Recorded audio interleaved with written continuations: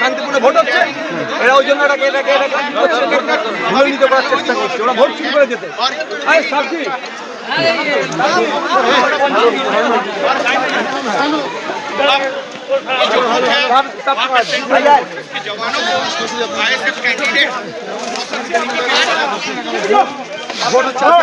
ভাঙড় বিধানসভায় আর এই ভোটে কিন্তু হিসেবে বুঝছেন, সেখানে কিন্তু